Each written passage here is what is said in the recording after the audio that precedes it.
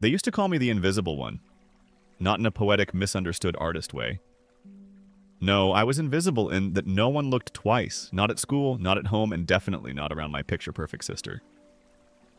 To my parents, I was background noise, the reliable, unremarkable son. The kid you brag about only when there's nothing else to say. Meanwhile, my sister, she was the sun they orbited around. I was 22 when it all came to a head. Fresh out of college with a business degree, a mountain of ambition, and a backpack full of dreams. Not flashy ones either. I wasn't chasing yachts or private jets, I wanted to build something real. But in our family, real meant shiny, social, and spectacular. And I was none of those things. My dad, Richard Lowell, owned Lowell Strategies, a mid-sized consulting firm based in Dallas. It wasn't Goldman Sachs, but it paid for our 4-bedroom colonial in a gated community and private school tuition.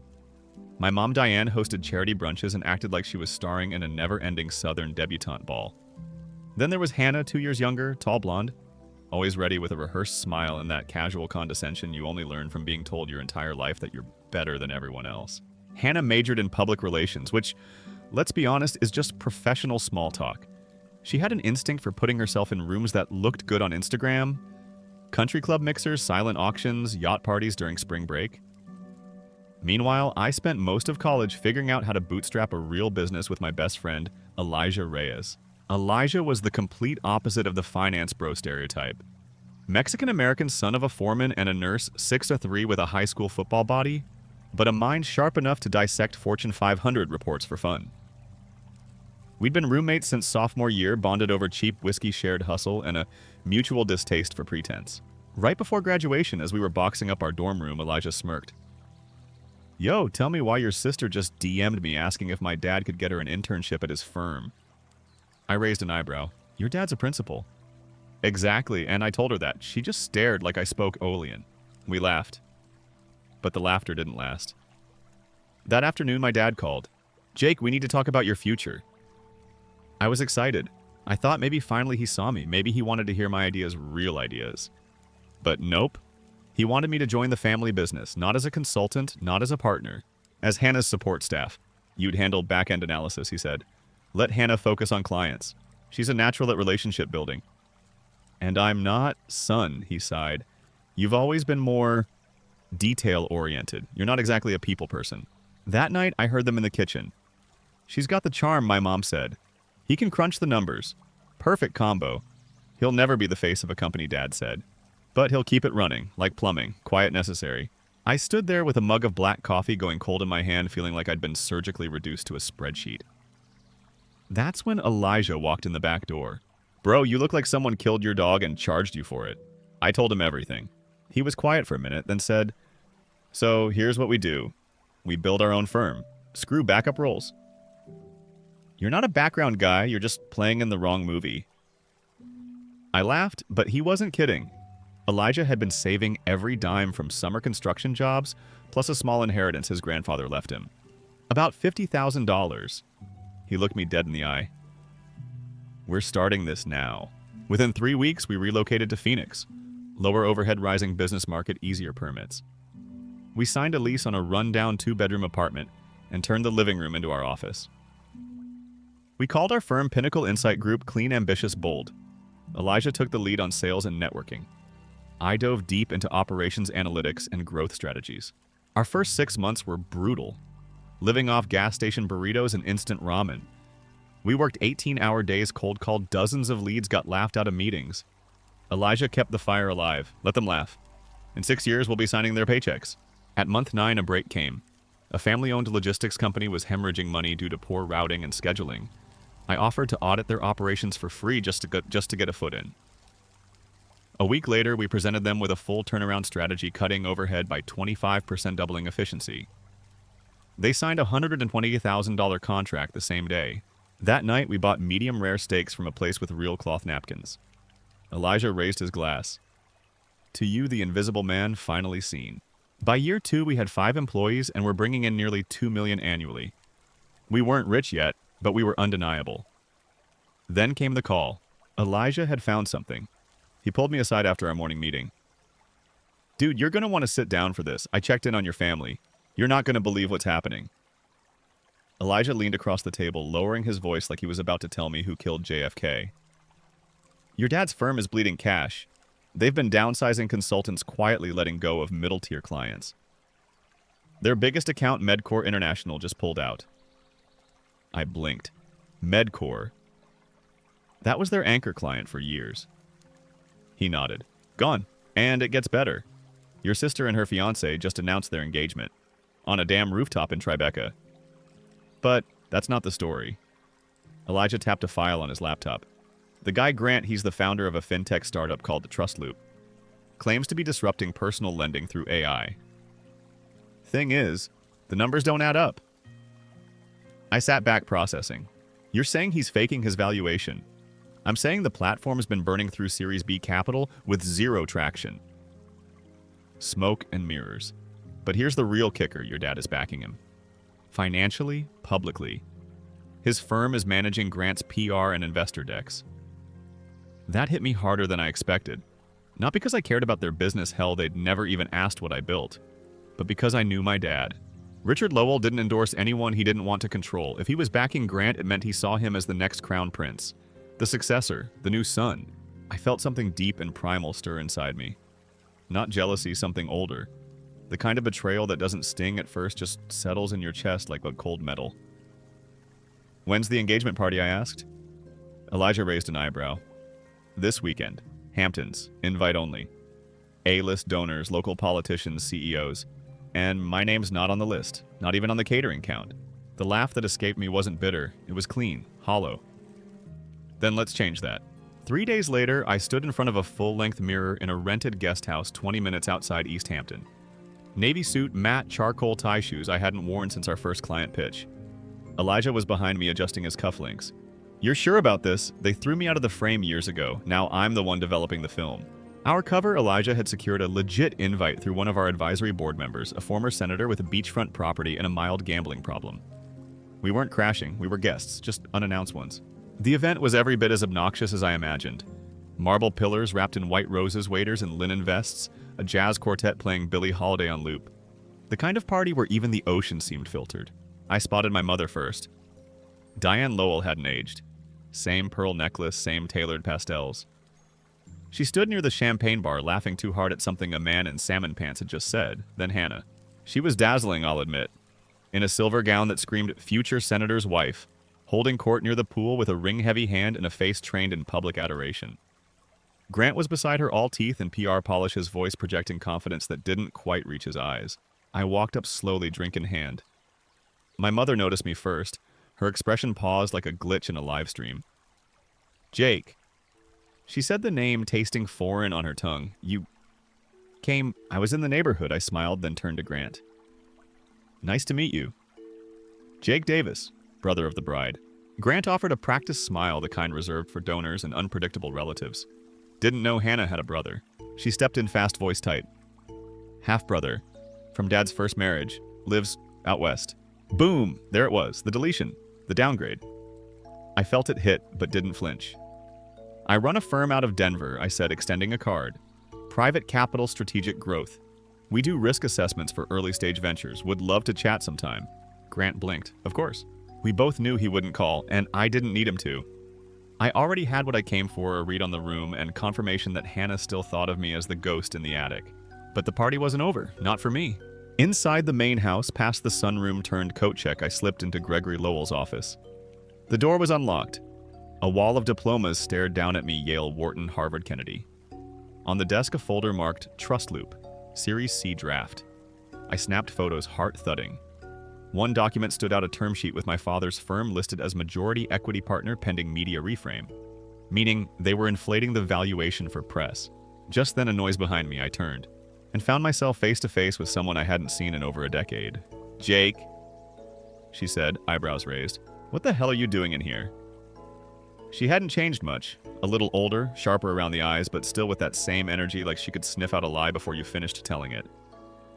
Her name was Morgan Thorne. Once my debate partner in high school, later a journalist in DC, and apparently now my father's in-house communications advisor. I took a breath, closed the folder calmly, and offered a tight smile. Hey, Morgan. Didn't expect to see you here. She crossed her arms, leaning against the doorframe. Didn't expect to catch you snooping through proprietary documents either. I wasn't snooping, just catching up, family business. Family business that's no longer yours, if I remember right. That one hit like a jab.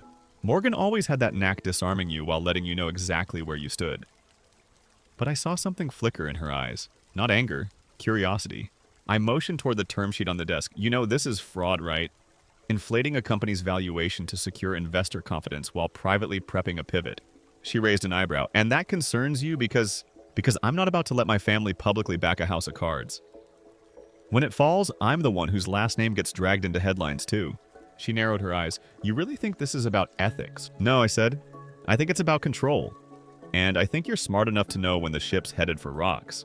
Morgan said nothing for a long moment. Then, there's a back channel, a hedge group in Chicago. They're offering bridge capital if Trust Loop can lock in Series C by next quarter. Your dad's gambling everything on that happening, including his political reputation. But you didn't hear that from me. Why tell me anything? She glanced behind her, then stepped inside, lowering her voice. Because your dad thinks he can outsmart the market by manipulating press polling and public perception. And because I've watched you build something from scratch while they pretended you didn't exist. Maybe it's time someone in that house learned how to lose. She slipped out before I could reply. That night, I sat with Elijah in the guest house flipping through the photos I'd taken. He whistled.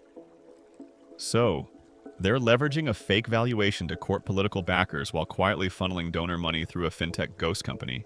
Basically, he leaned back. You sure you're not the one running a scam because this is straight-up succession-level chaos? We knew what had to be done. The next 4 weeks were a blur of spreadsheets, calls, legal consultations, and quiet positioning. Our firm, Pinnacle, began acquiring smaller vendor contracts tied to Trust Loop's supply chain data, hosting UX consulting back-end compliance. All through shell partnerships. By the time anyone noticed, we controlled enough auxiliary pieces of the puzzle to put pressure on the core. Then we reached out to the Chicago hedge fund through one of our clients. Pitched a new deal. Lower risk, better return, cleaner structure. The fund loved it but wanted assurance. They needed to see someone on the inside ready to flip. So I called Morgan. We met in a Brooklyn cafe 2 blocks from her brownstone.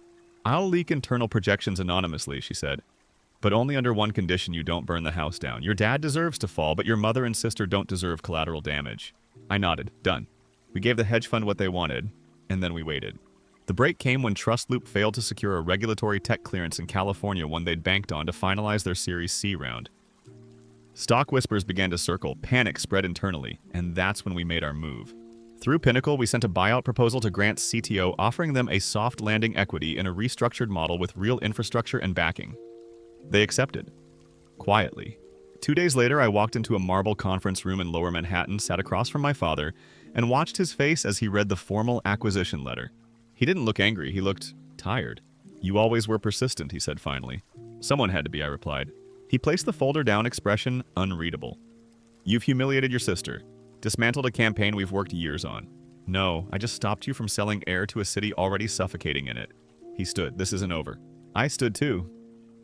You're right, it's just getting started. As I turned to leave, my phone buzzed. A message from Morgan. Just 5 words. They know you're not his. I stopped walking. The floor shifted beneath me. I stood frozen in the middle of the lobby, Morgan's message glowing on my screen like a bomb that had just gone off silently. They know you're not his. 5 words that didn't just rearrange my understanding of the last 10 years, they detonated the very foundation of who I thought I was, not his. My thumb hovered over the reply button, but what could I even ask? Who knows since when? How none of that mattered now, the only thing that mattered was the truth. I stepped outside, the air thick with the humidity of a late New York summer. Elijah was leaning against a black SUV across the street, sipping on a cold brew like we hadn't just flipped a legacy upside down. You good? He asked, eyes narrowing as he caught the look on my face. No, I said, and I think it's time we go back to Dallas. 3 days later, we were standing outside the Lowell estate. Same iron gate, same manicured hedges, same sense of unwelcome. The woman who answered the door looked surprised to see me. Not angry, not pleased, just surprised like a ghost had shown up asking for brunch. My mother. She stepped aside without a word and led me into the sitting room where every cushion was fluffed to military precision. I could smell her perfume before I saw her face, something floral and expensive, the scent of control. I assume you're not here to apologize, she said. I sat down, hands on my knees like I was in a job interview. I need to ask you something, and I want the truth. Her eyes flicked just once toward the fireplace. You always were dramatic, Jake. Am I Richard's son? The silence stretched so long I thought maybe she hadn't heard me. Then she exhaled one of those slow, spine-straightening exhales that older Southern women reserve for when the truth is about to make a mess of the curtains. No, she said. Just that, one syllable. No. The room went still. Even the grandfather clock in the hallway seemed to pause. He was overseas when I got pregnant. We had been struggling, emotionally. He was buried in work and I made a mistake. I thought I could hide it. We never talked about it again. And he knew. She nodded. Eventually. But he said if we were going to salvage our family's image, we had to raise you as his. But Jake, you were never a secret to me. You were mine. That last part wasn't comforting. It felt like being owned. I stood up. So all those years of being treated like the spare, that wasn't just favoritism, that was strategy, damage control. She didn't deny it. You kept me close enough to control, but far enough not to claim. Her eyes watered. Maybe real, maybe rehearsed. I loved you the best way I knew how. I wish you'd loved me enough to tell the truth. I walked out without another word. Back in the rental car, I stared at the steering wheel, the leather too hot from the Texas sun. Elijah didn't ask. He just waited. I finally said, he's not my father. Never was. Elijah leaned back. That makes sense. You never moved like you were someone's second choice. That night, I called Morgan. I want the name, I said, of my biological father. She hesitated. You really want to open that door? I already walked through it. She sent me a name, Paul Kendrick. I knew that name. Everyone in Dallas politics did. Former city councilman turned real estate tycoon famous for flipping blighted neighborhoods into luxury condos and marketing it as urban revitalization. I'd seen him shake my father's hand at fundraisers. I'd seen him smile for cameras while laying off hundreds. Morgan's message continued. He paid child support privately. Quarterly, all in trust. Protected by a mutual NDA. There it was, money for silence. And me, the product of an agreement between two men who would rather protect reputations than raise a child. I couldn't sleep that night. I sat on the balcony watching the lights of Dallas shimmer in the distance. This city had never really been mine. I'd always felt like a visitor even when I lived here. Now I knew why. By morning, I'd made my decision. I wasn't going to confront Paul Kendrick. I wasn't going to demand a conversation he would never give honestly. No, I was going to do something far more effective. Leverage. He had a construction project tied to a new transit hub backed by state and federal money. I knew a guy at the zoning board. Knew how to dig through land deeds and investor contracts. If Kendrick had made one misstep, one overlooked permit, one backdated clause, I'd find it. And I'd use it. Not to get revenge, not even for acknowledgement. But to remind them all that I wasn't disposable. I was the storm they never saw coming. The file wasn't hard to find, at least not for someone who knew where to look. It lived quietly inside the city's open permit system, buried under dozens of shell LLCs registered to addresses that didn't even have door. Kendrick's development, officially called Northline Commons, was a $380 million mixed-use project. Transit-adjacent condos, retail, and a heavily promoted affordable housing wing that, by the looks of it, didn't even have plumbing plans yet. But here was the catch. His build contracts were tied to zoning exceptions, filed under a different name, one of his old firms, Marbridge Dev Co., which had technically dissolved 2 years earlier after a wrongful eviction lawsuit. That meant any active construction using those permits wasn't just in violation, it was illegal. I didn't smile. I didn't need to. I was done with revenge for the sake of revenge. This was reclamation of power, of presence, of the name they tried to fold under the rug. I called Elijah. How fast can we get a complaint to the Planning Commission? Depends, he said. You want quiet leverage or a public wildfire? I paused. The old me would have gone nuclear. But I needed to be smarter than that. Quiet, for now. By Monday, we had a meeting with one of the deputy directors at the Department of Urban Affairs. We presented the documentation clean, precise, and framed as a concerned third-party consultant highlighting inconsistencies in multi-stage development approvals. Bureaucracy loves clean documentation, and Kendrick's house of cards was anything but clean. 2 days later, work halted at Northline Commons. That's when the phone calls started. First from a lawyer, someone with a crisp New England accent who didn't give his last name. Then a voicemail from an unknown number. No voice, just the background static of an office line left live too long. And then Paul Kendrick himself. He didn't call, he showed up. I was walking out of a client meeting in downtown Dallas when a matte black SUV pulled up beside me. The window rolled down. Mr. Davis, a voice said. It wasn't a question. I turned and saw him for the first time, not on a billboard or behind a podium, but in person. Kendrick looked like a man who could sell fire to a drowning town.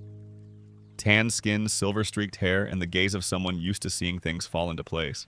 Mr. Kendrick, Mr. Kendrick, I said. Let's talk. We drove in silence to a private club in Highland Park. The kind of place where nobody asked questions and the bourbon tasted like it had a story. He sat across from me in a leather chair, elbows on the armrest, ring finger tapping just once. You've made your point. I haven't even started, I said. He smiled, but it didn't touch his eyes. You think this gives you power? A zoning delay? I think it gives me leverage. And if I'm right, you've got at least 2 investors expecting quarterly updates next week. He studied me like he was trying to find the version of me he thought existed. The son he never planned for. The problem he thought money would bury. You're not mine, he said finally. And I didn't sign up for this kind of baggage. I laughed. That's the difference between us. I didn't sign up for any of this either, but I carried it anyway. Now I'm choosing what to drop and what to expose. He sat back. What do you want? I leaned forward steady. I want nothing from you. Not your name, not your money, not even your shame.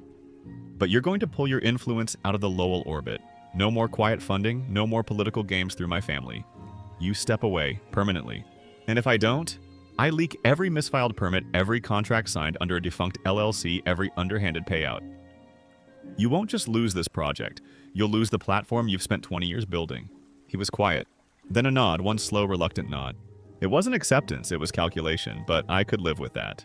An hour later, I sent Morgan a single message, he's out. The next morning, a press release dropped Paul Kendrick withdraws from Northline Commons project, citing personal health and time constraints. Translation, I'd won. Or so I thought. Because later that afternoon, Elijah burst into my office holding a printed email. His face was pale. Jake, you need to see this. It was from a blocked sender. No name, just a subject line, blood never lies. Inside a PDF. A medical report, DNA analysis, 2 profiles, one labeled Jacob Lowell Davis, the other Richard James Lowell. The conclusion, 99.998% probability of paternal match. I stared at it, then again. My hands started to sweat. Elijah, this can't be real, my mother told me. He shook his head. Whoever sent this knew you'd think that. Look at the timestamp. The document was dated 3 weeks ago, meaning someone had tested me, without my knowledge. And someone else knew. I stared at the report like it had sucked the oxygen out of the room. That line, 99.998% probability of paternal match, mocked everything I'd built the past few weeks, every choice, every grudge, every word I'd hurled at my mother and Kendrick. My stomach turned. My head pounded. Elijah, someone's playing us. This doesn't make sense. He paced the room, phone in hand, knuckles white. I checked the lab. It's legit.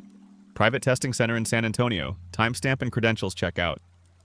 Which means I cut in either someone forged my reality with scientific precision, or I was lied to by the one person who said she never lied. I called Morgan. She answered immediately, voice low, calm. You saw it. You knew. I got the same file 2 days ago. I didn't want to push it on you until I was sure it was clean. I ran a hand down my face. So, if Richard is my biological father, why the hell would my mother say otherwise? Morgan paused. Because power doesn't just come from money. It comes from secrets. From knowing things others don't. Your mom's always used silence like currency. I sank into my chair. If he's really my father, then I just dismantled my own bloodline's empire, and I let Kendrick walk away without holding anything real over him. Morgan's voice sharpened. You didn't dismantle an empire, you stopped a fraud from metastasizing into politics. That was never about family, it was about integrity. I wanted to believe her, but it didn't feel like justice. It felt like betrayal dressed in formal wear. That night, I drove out to the edge of Lake Ray Hubbard. The sky was navy blue, the water black, and the whole city behind me felt like a stage I no longer recognized. I sat on the hood of my car for an hour trying to untangle the knots in my chest. Then I called my mother. She picked up on the 4th ring. Jake, tell me the truth. Silence. I have the report, I said. I know Richard's my father. Another pause, and then so soft I could barely hear her, I know. Why'd you lie to me? Because I wanted to hurt him, she said. He humiliated me. Over and over. Affairs dismissals freezing me out of decisions, and you looked so much like him. The way you walked, the way you calculated things, I couldn't bear watching him win through you. It hit like a punch. Not because it surprised me, but because it confirmed something I'd always felt but never understood. I was a weapon she'd turned inward. I couldn't even answer her. I just hung up. Back at the apartment, Elijah was at the table, laptop open. He looked up. You ready to see how deep this goes? I nodded. He pulled up a web of linked LLCs tied to the Lowell firm. Turns out Richard had been quietly repackaging his private stake in Trust Loop, yes, even after the PR fallout through a backdoor vehicle registered under Hannah's name. And guess who the silent partner was? Kendrick. So much for pulling out. Why hide it under Hannah, I asked. Because they're lining her up to run for office in 2 years, Elijah said. Local seat, probably state rep. The media thinks she's clean, untouched. This would tank her before she even files. I stared at the screen, that same tightening in my chest returned. They were trying to build a dynasty, not for the family, but for themselves. And I was just the unwanted son who kept getting in the way. Elijah leaned back. We have 2 plays. 1, we drop this to the press anonymously. Burn it all down. 2, we confront them, see if they blink. I stood heart-pounding. Neither. He raised an eyebrow. I paced the room. They expect rage. They expect noise. I'm giving them pressure. I'm going to call a meeting. All of them. Hannah, my father, Diane, at the house, tomorrow night. Elijah's eyes narrowed. That's risky. I nodded. So is letting snakes keep shedding skin and pretending they're reborn. The next evening, I walked into the Lowell house for what felt like the final time. The air smelled like white lilies in control. My mother sat perched on the armrest of a chair, glass of white wine in hand. Hannah stood by the window, back straight, heels clicking with nervous weight. Richard sat at the head of the room, silent, still watching. I laid the folder on the table. I know everything I said about the shell companies, the fake withdrawal, the campaign money, all of it. Hannah scoffed. You don't understand politics. No, I said. But I understand leverage. And I understand what happens when donors find out their clean candidate is laundering investor capital through a defunct fintech shell. Richard said nothing. I turned to him. I know you're my father. Still nothing. But I saw it in his eyes. The shift, the flicker, the tiniest admission. I don't want your apology, I continued. I want one thing. Backdate my stake in the firm.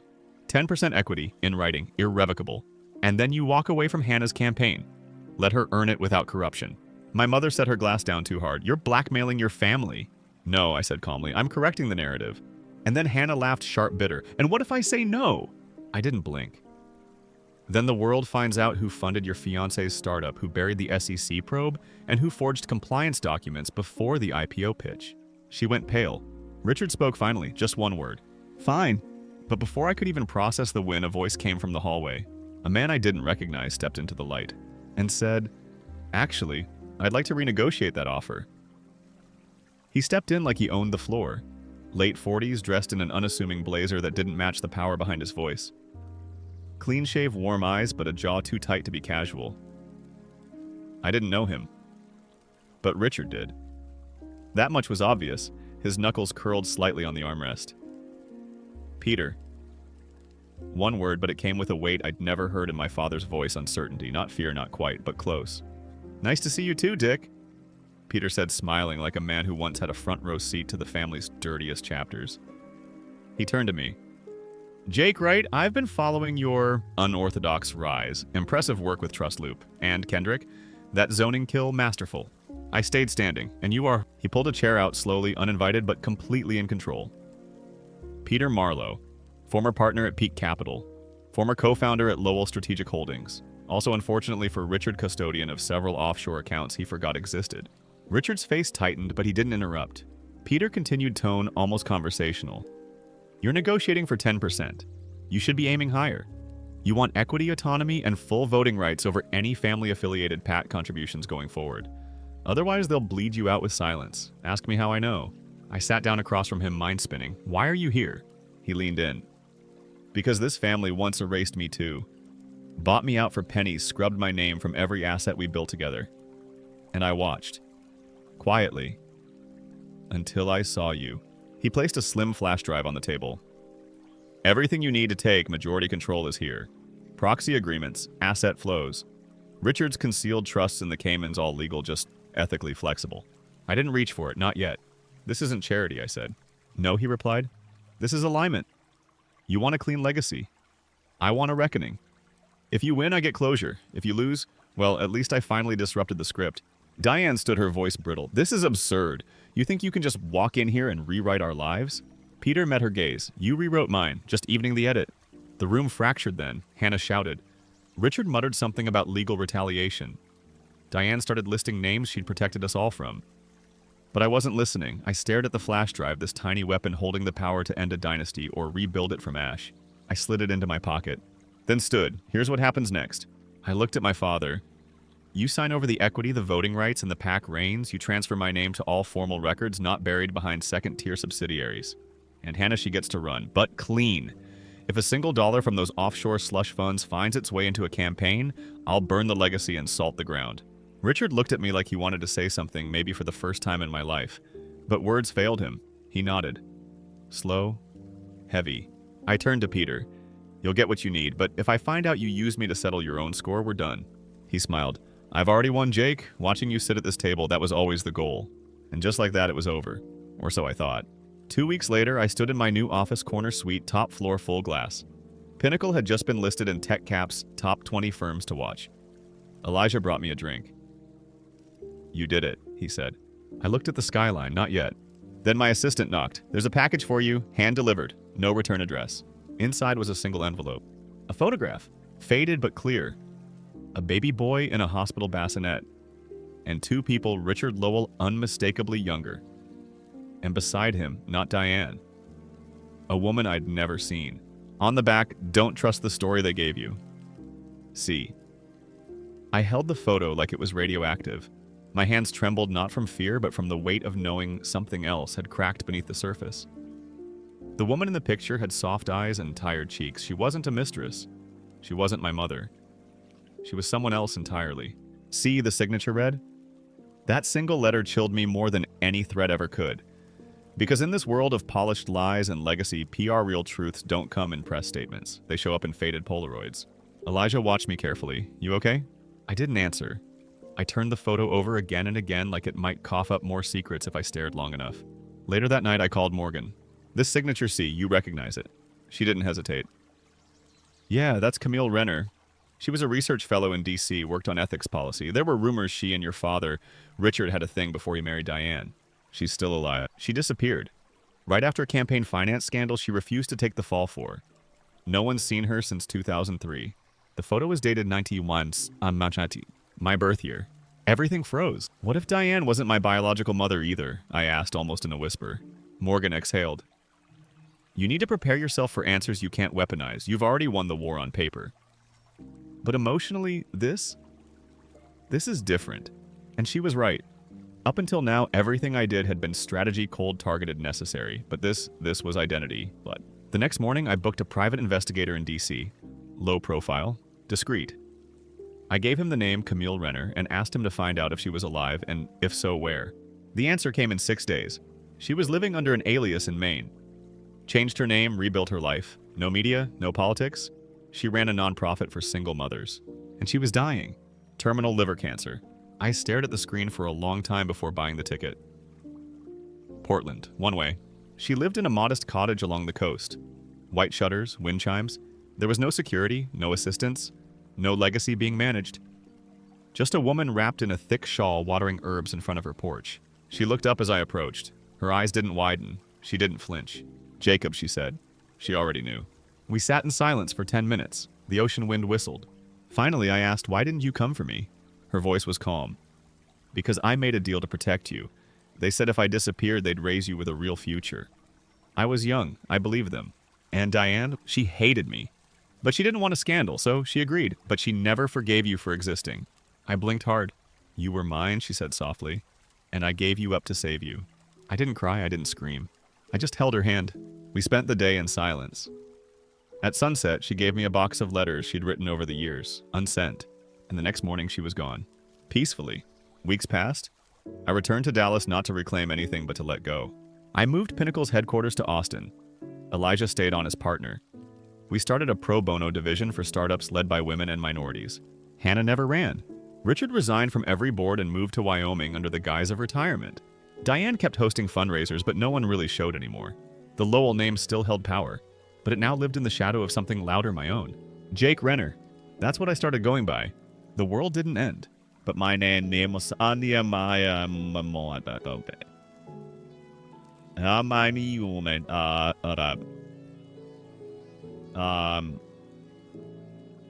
began again.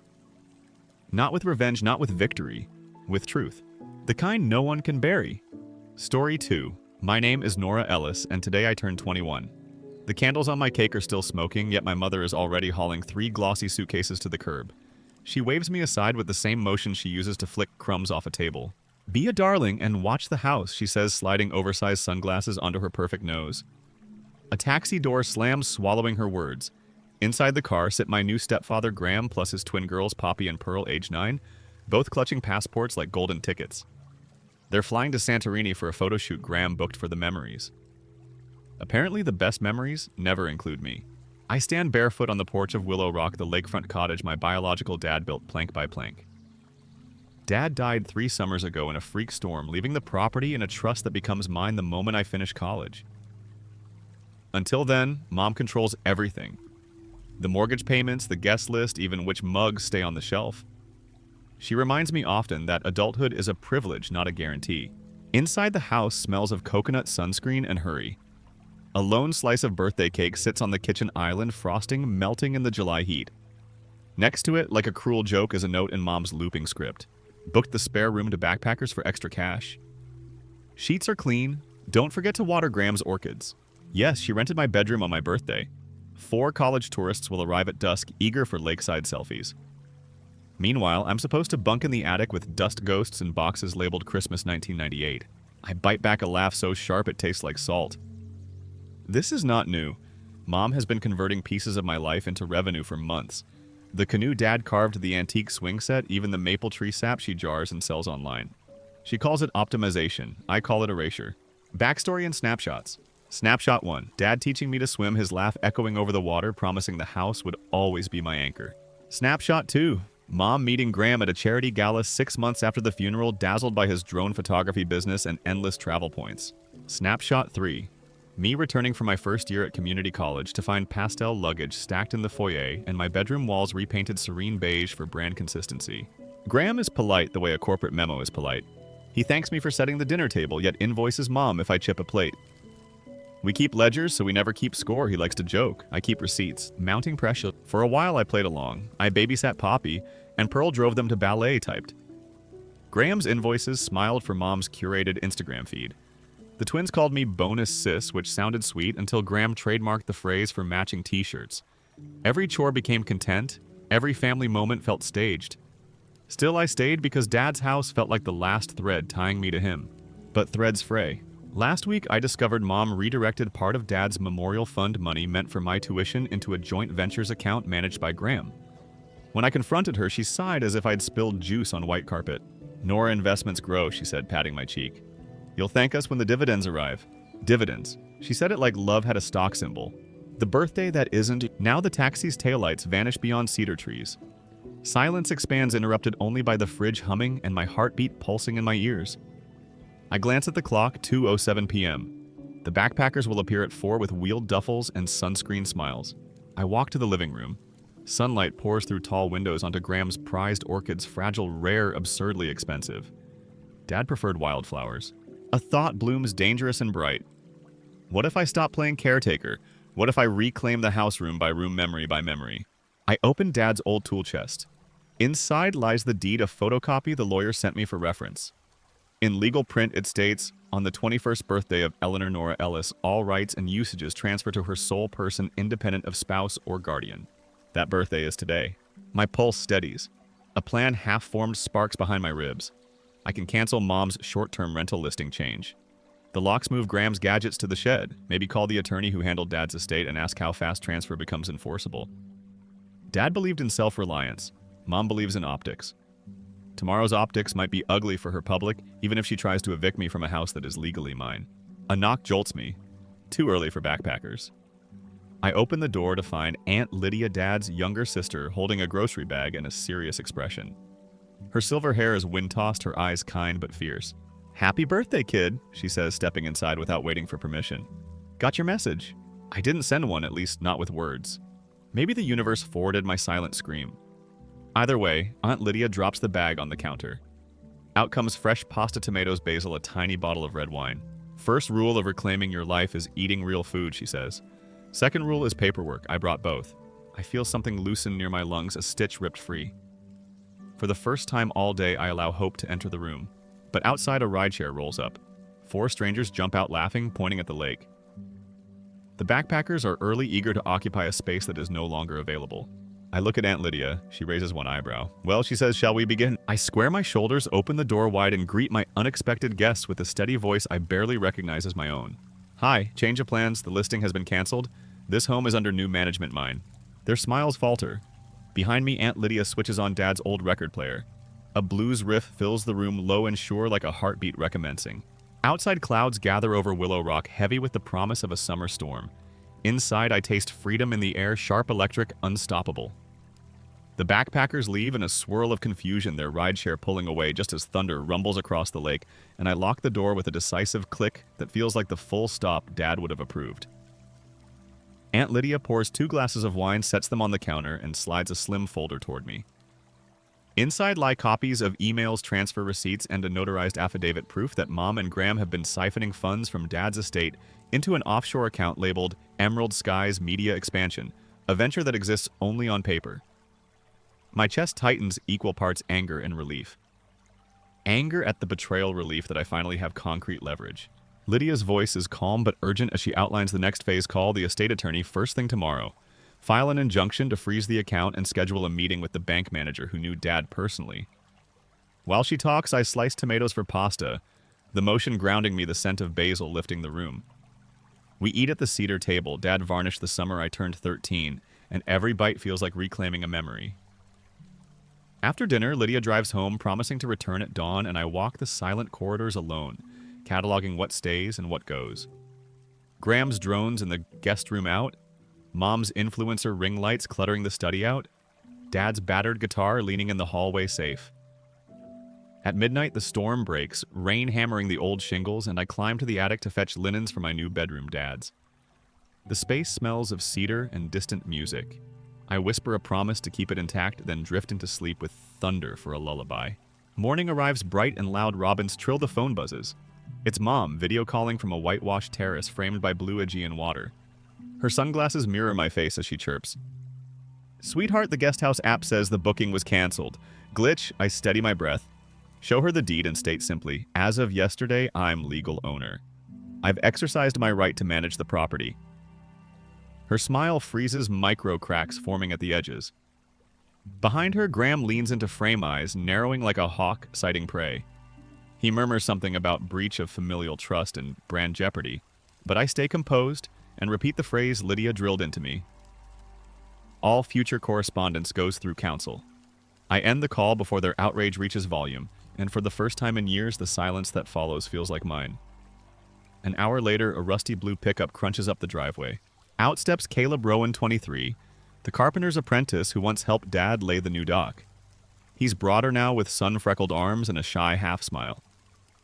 Lydia sent him to help de-influence the house. We work side by side, boxing Graham's gadgets while classic rock plays from Dad's record player. Caleb finds Mom's deluxe espresso machine and raises an eyebrow. I shrug, and we carry it to the garage for donation. Around noon, as we haul ring lights to the curb, a sleek black SUV rolls up Graham's assistant Mara Voss' crisp suit clipboard. Venomous grin. She hands me a cease and desist letter claiming I'm unlawfully restricting commercial assets. I sign the delivery receipt, then offer her a tour of the commercial assets she's so worried about: orchids wilting from neglect, drones, missing propellers, invoices unpaid. Mara's confidence flickers.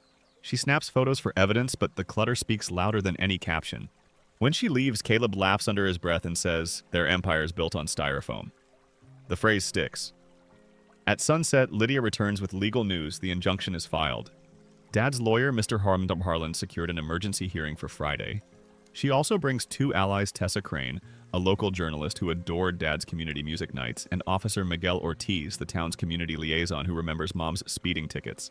They sit around the table as Lydia unveils the financial web funds funneled through shell companies, a pending mortgage refinance that would leverage Willow Rock to finance Graham's latest drone prototype. Tessa's eyes gleam. This is more than a family spat. It's potential fraud. Miguel cautious advises we document everything: photos, timestamps, witness statements. We divide tasks. Caleb scans receipts. Lydia drafts timelines. I compose a statement for the bank. By midnight, the kitchen resembles a war room lit by laptop glow, but the energy is electric, unified. I realize I'm no longer fighting alone. Sleep comes late on the living room couch, guitar in hand. I strum chords Dad taught me melodies, mingling with crickets outside. Somewhere past 3, a notification pings. Mom has posted a glossy photo of Santorini sunset captioned, "Family first, business second, #blessed." Comments gush unaware of the drama back home. I feel a stab of weary rage, but then Caleb, half asleep in the armchair, murmurs, "Let them chase likes. We'll chase truth." Dawn Thursday, coffee brews plans solidify. Lydia heads to the courthouse to file supplemental evidence. Tessa drives to interview townsfolk about Dad's legacy. Miguel secures a patrol car to monitor any surprise visits from Graham. Caleb and I tackle the attic, uncovering Dad's old journals, their margins full of financial notes and sketches of expansion plans he never enacted. Among them, we find a sealed envelope addressed to me dated 2 weeks before the storm that took him. My hands tremble as I break the wax seal. Inside a letter in his looping script urging me to guard Willow Rock against anyone who mistakes profit for purpose and a small flash drive labeled Sunrise. I pocket the drive, pulse racing. Could this be the final key? Mid-afternoon, Mara returns, this time with 2 burly movers and a manufactured smile. She claims they're retrieving company property. Miguel appears on the porch, badge visible, citing the active injunction and requesting a detailed inventory. Mara blanches. Without a court order, she can't touch a thing. The movers retreat. Caleb watches, arms crossed, admiration soft in his eyes. I feel stronger than I ever imagined. As evening settles, we plug the flash drive into Lydia's laptop. A video pops up, Dad on the dock at dawn, explaining a carbon-neutral retreat he dreamed of, building cabins for artists, scholarships for local teens, profits reinvested into community music programs. He details passwords, contacts, and a trust modification dated but unmade.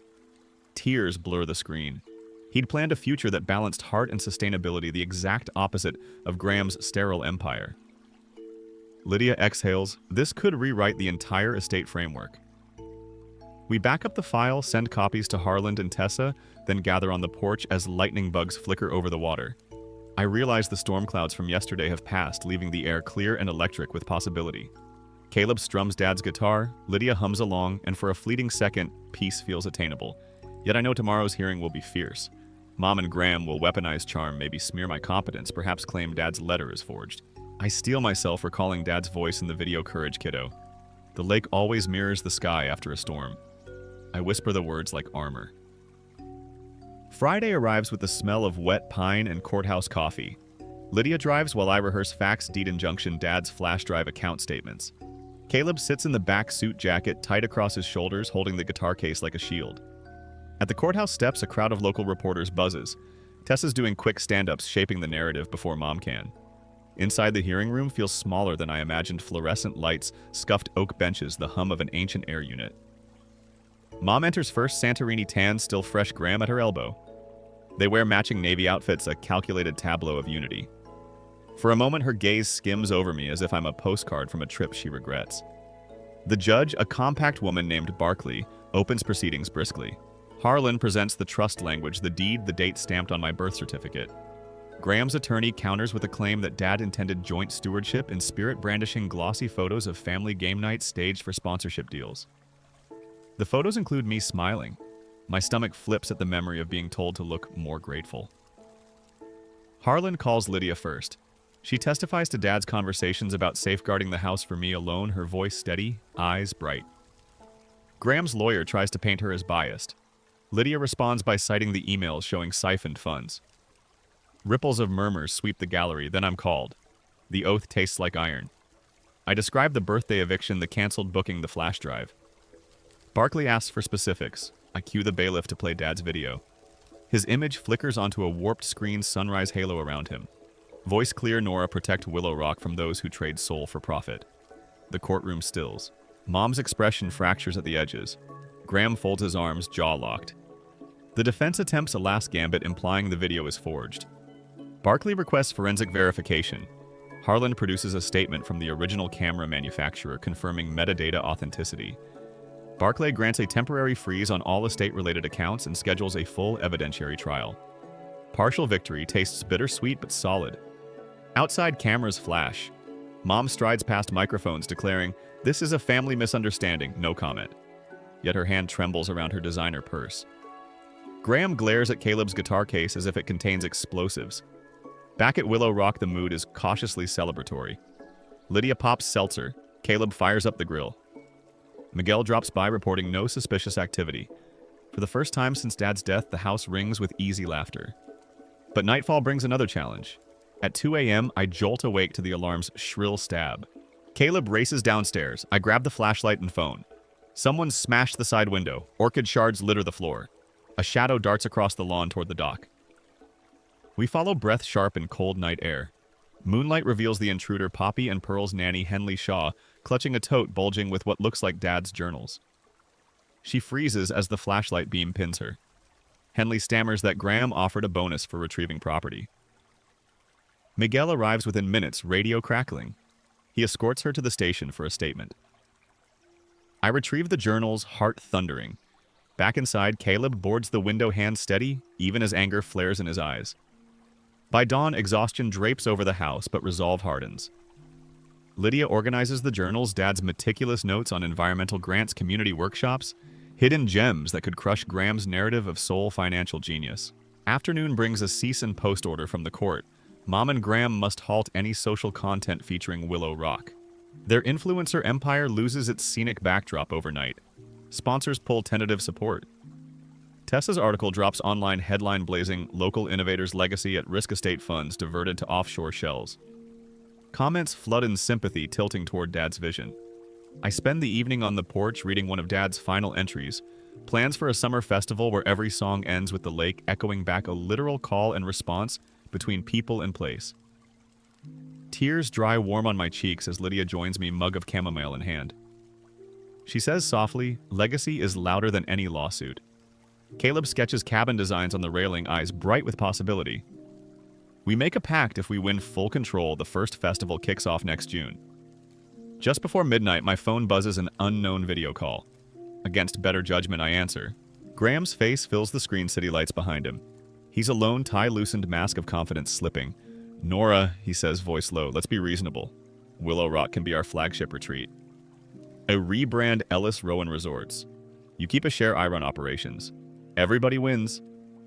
I study his eyes, calculating, desperate. "I'm not selling my father's dream," I reply. He exhales through his teeth. "Stubbornness isn't courage. We'll bury you in motions until you're broke." I remember Dad's words about storms clearing the sky. "See you in court, Graham." I end the call. Lightning spiders across distant clouds, but the lake lies calm, mirror smooth. Inside the grandfather clock, another piece Mom had planned to auction chimes 12. The grandfather clock's echo still hung in the dark when I finally slept, and sunrise arrived with a crisp wind that sent pine needles skipping across the deck like tiny arrows. I took it as a warning that the day would strike fast.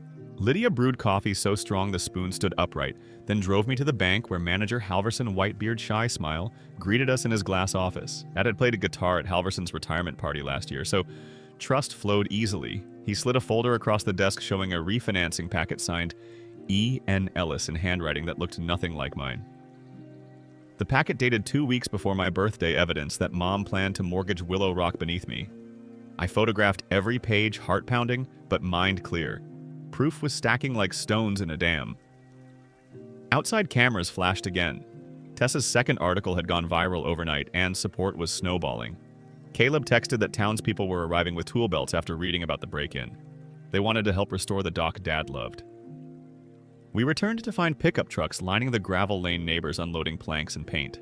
In their midst stood a compact woman with silver-rimmed glasses and a laptop case, Dr. Celine Harbor, forensic accountant, once a scholarship kid from Dad's music camp. She volunteered to untangle Emerald Skies Media's shell maze. Her quick smile belied razor-sharp questions. By noon, she had traced $420,000 from the trust into a Dubai holding company whose only listed employee was Graham. I felt a surge of righteous fire, but Selena urged patience, build the timeline, let facts speak. Mid-afternoon clouds gathered, and so did trouble. A county building inspector named Havelock appeared unannounced, clipboard snapping, citing an anonymous complaint that the house's foundation was unsafe. Miguel arrived seconds later, badge gleaming, and insisted on transparency. Havelock poked around, clearly expecting rot. Instead, he found fresh support beams courtesy of Caleb's crew. Furious phone calls crackled through his headset. Someone had hoped condemnation would force an immediate sale. Havelock begrudgingly signed the safety slip, and the community team cheered, hammers raised like trophies. I thanked every volunteer, cheeks aching from gratitude. The breaker of isolation felt almost as sweet as justice. Yet another blow came at dusk. Social media posts painting me as an ungrateful child trended under #TrustFundTyrant. obviously seated by Graham's PR firm. Lydia advised ignoring trolls, but Celine proposed a surgical response release Dad's video in full with a calm caption about stewardship. We uploaded it, disabling comments to mute chaos. Within an hour, reputable outlets picked it up. Sentiment swung again, reminding me that truth once shown needs little defense. After dinner, grilled corn, donated pastries. Laughter ringing, I walked the shoreline alone, trying to parse my mother's silence. Why hadn't she called since the injunction? I replayed childhood memories, her humming while sewing her steady hands bandaging my scraped knee, her timid jokes when Dad told stories.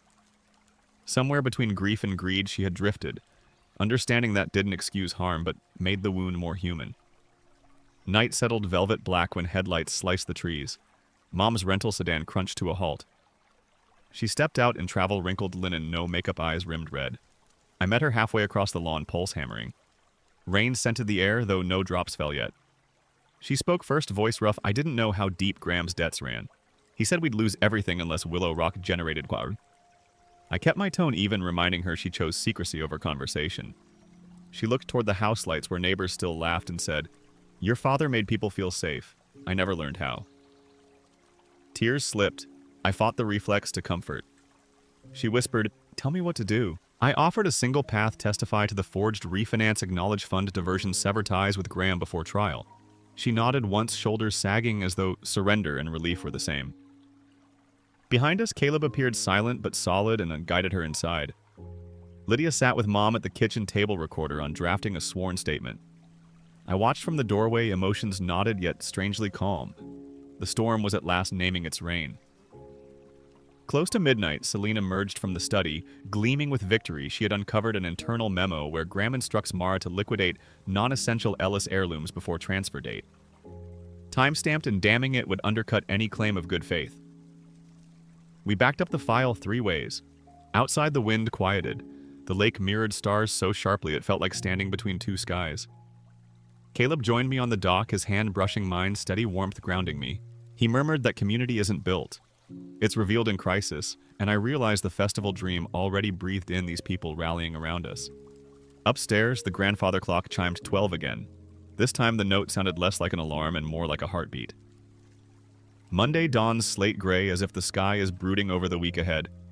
Lydia, Celine, Mom, Caleb, and I gather around the cedar table, laptops humming, coffee steaming the air, charged with equal parts nerves and resolve. The full trial starts Wednesday, but today, Judge Barkley will rule on the forged refinance and decide whether to appoint a temporary trustee if we win, that Graham loses immediate control of every dollar he has siphoned. Celine spreads color-coded flowcharts like battle maps tracing money from Dubai to a boutique ad firm in Chicago to Graham's personal credit card. The pattern is so blatant it looks cartoonish, yet the audacity kept it hidden in plain sight. Mom signs her affidavit under Lydia's watchful eye, hands trembling yet determined. She will testify that Graham pressured her into signing blanks he later filled with my forged signature. Miguel arrives with updated reports. Henley Shaw cooperated, confirming that Graham offered 10 grand for Dad's journals. The district attorney is monitoring developments, polite code for sharpening indictments. Noon brings a courier. Miguel accepts the envelope, scans it, and curses softly. Inside is a settlement offer from Graham's legal team, 25% of Willow Rock's assessed value if we drop all claims. The figure is generous on paper, but conditional on a gag order forbidding public discussion of their misconduct, silence for silver. I glance at Mom. Tears glisten, but she shakes her head. No more shortcuts, she whispers. We draft a refusal, crisp and final. Afternoon sunlight cuts through clouds just as Tessa arrives with unexpected news. She obtained flight manifests showing Graham booked a one-way ticket to Malta for Friday morning, mere hours after the trial's first session. A neat escape route. Judge Barkley needs to know. Celine preps a motion for travel restriction. Lydia polishes talking points. I phone Harlan to coordinate. While adults strategize, Caleb and a group of volunteers finish sanding the dock. They install lantern posts and string solar lights along the rail. The effect at dusk is magical, like stepping onto a bridge of stars. I find Caleb leaning against a post, sawdust in his hair, smile easy despite everything. He asks how I'm holding up. I answer honestly that fear and courage keep trading places, but the ratio is improving. He nods, pulls a small wooden token from his pocket, a guitar pick carved from dock cedar, and presses it into my palm. For rhythm, he says. Night settles. Mom sleeps in the guest room. Celine converts the study into a document bunker. Lydia snoozes upright on the couch with folders as a blanket. I walk the shoreline, cool sand cushioning each step. Midway down the beach, I feel it before I see it heat sudden and wrong. Flames flicker inside the old boathouse where Dad stored fishing gear. I sprint, shouting for help. Caleb barrels out of the darkness with a fire extinguisher. Miguel follows with a hose. We douse the blaze before it devours the structure, but smoke curls like bitter questions. Inside, charred boards reveal a metal lockbox, half melted yet intact. Lydia pries it open with a crowbar. Inside lie 2 items. Dad's original fully signed trust modification naming me sole executor of all Ellis assets upon turning 21, plus a handwritten note dated the week before the storm. If you're reading this, something went wrong. Trust the lake, trust yourself. Relief slams into me so hard my knees buckle. Selena photographs everything, sealing evidence bags like precious artifacts. Miguel radios the sheriff. Arson investigators will arrive at dawn. I stare at the smoldering debris, realizing Graham must have discovered the box's existence, perhaps from Henley, and ordered the fire to erase it. Instead, the attempt backfired, gifting us the single clearest proof yet. At first light Tuesday, the scent of wet ash lingers, but morale is unbroken. Tessa's camera crew films the community repairing the boathouse. The footage will air tonight, a quiet rebuke to destruction. Judge Barkley grants our motion to restrict Graham's travel. A marshal serves him before lunch. Social media explodes with memes of his frozen expression at the airport. He responds with a statement blaming cancel culture and disgruntled relatives. But the tone rings hollow. Wednesday courthouse steps swarm with reporters. Hashtag Willow Rock Truth trends global. Inside, Graham sits flanked by lawyers, face-tight, suit immaculate, yet an aura of panic seeps through polished seams. Judge Barkley opens by admitting new evidence from the lockbox, chain of custody verified overnight by the sheriff's lab. Graham's attorney objects on timing. Barkley overrules, stating attempted destruction of material evidence, nullifies complaints of surprise. The courtroom hums. Harlan calls Mom to the stand.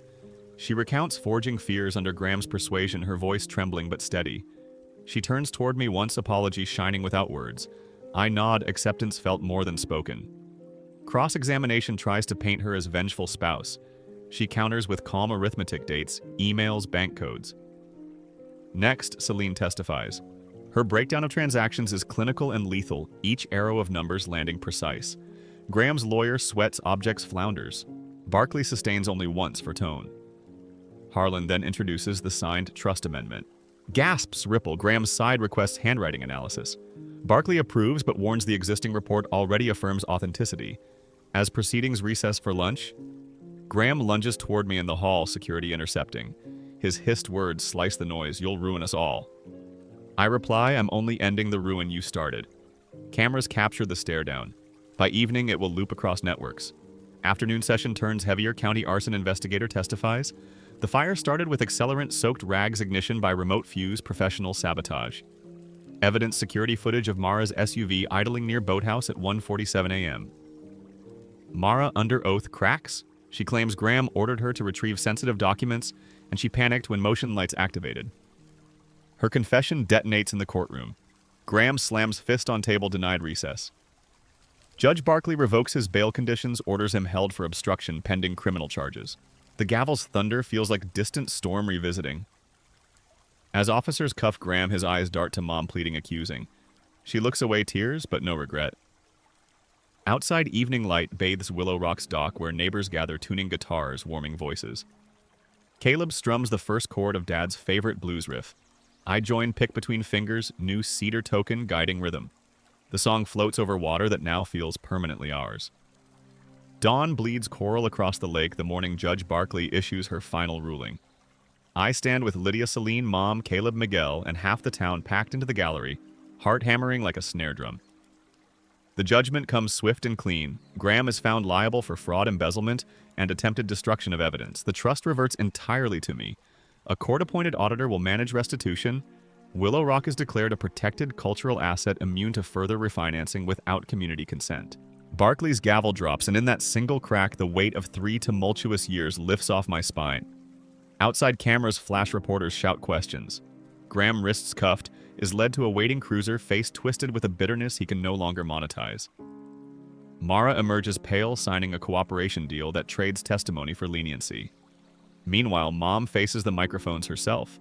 Voice soft but steady, she admits her complicity, apologizes publicly, and announces her intention to fund scholarships with her share of the marital assets. The crowd murmurs, some skeptical, some moved. I do not rush to defend her, but I feel the tiniest unclenching in my chest. Healing begins with truth spoken aloud.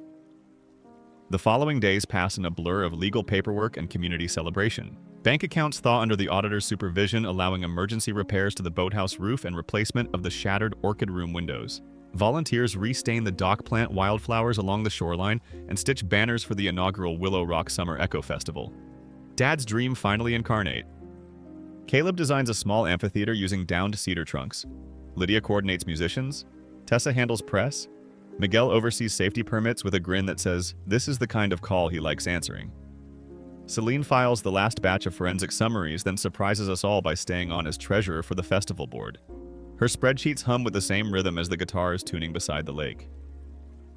One humid evening, Mom arrives unannounced holding 2 steaming mugs of cocoa, that childhood recipe thick with cinnamon. We sit on the porch steps, silent, stretching, yet not snapping. She confesses she'll testify against Graham in the criminal trial, even if it means public scrutiny for herself. I nod, not offering instant forgiveness, but acknowledging the courage it takes to break patterns. She hands me a velvet pouch. Inside rests Dad's old compass needle, still true. He carried this the night he built the first campfire here, she murmurs. It should stay with the one who kept us from losing direction. The metal is cool against my palm. I close my fingers and feel the needle settle north. Festival day arrives under pristine blue sky. Boats cluster offshore docks, brim with picnic blankets, and the air thrums with anticipation. Caleb, dressed in soft denim and sawdust cologne, finds me sidestage clutching Dad's guitar. My knees quake, but he whispers, "Rhythm's in you, not the strings." I step to the microphone, breath catching at the sea of faces. Neighbors, former doubters, kids waving homemade signs. Mom beside Lydia in the front row, eyes shining. I strum the blues riff that once filled our living room. The lake answers with a low echo bouncing off distant cliffs. Voices join, some polished, some raw. Halfway through the set, I pause, telling the crowd about Dad's vision, music as a bridge, stewardship as melody, every generation riffing on the last without drowning it out. The applause rolls like thunder, but this time it heralds growth, not destruction. At sunset, a hush falls while lanterns ignite along the water, reflections doubling the light. I invite Mom to the stage. Her fingers tremble on the second mic, yet when she sings harmony on the chorus of Willow's Promise, her voice slips into place as naturally as a creek. Meeting river, no spotlight, just connection.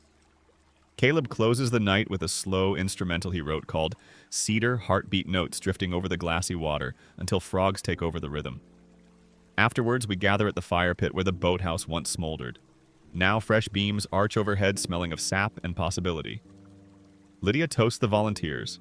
Celine shares that early ticket sales already cover next year's budget. Miguel lifts a thermos of coffee, declaring the only patrol tonight is for errant marshmallows. I stand, compass warm in my pocket, and thank them for stitching the torn fabric of a dream back together. The talk fades into soft laughter. Stars bloom above like pinholes into somewhere brighter. Caleb pulls me aside, eyes reflecting both flames and starlight. "You ready to think past crisis?" he asks. I exhale deeply, realizing I am. We talk of future retreats, classes for songwriting, and sustainable carpentry scholarships named after Dad.